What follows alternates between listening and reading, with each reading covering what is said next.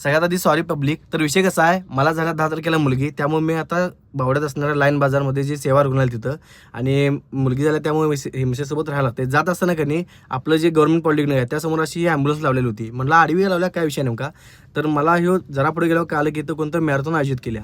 मग ही मॅरेथॉन आयोजित केल्या ते बघितलं आणि मला थांबायची इच्छा होती, तुम्हाला पण दाखवायची इच्छा होती. पण विषय कसा आहे, मला मामांच्याकडे जाऊन अंघोळ वगैरे करून फ्रेश करून होऊन लवकर दवाखान्यात परत यायचं होतं.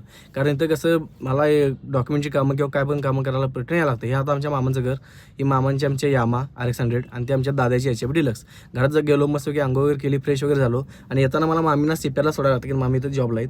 मग थोड्यात मामीने तिथं सोडलं CPR समोर आणि मी गेलो परत दवाखान्याकडे रिटर्न.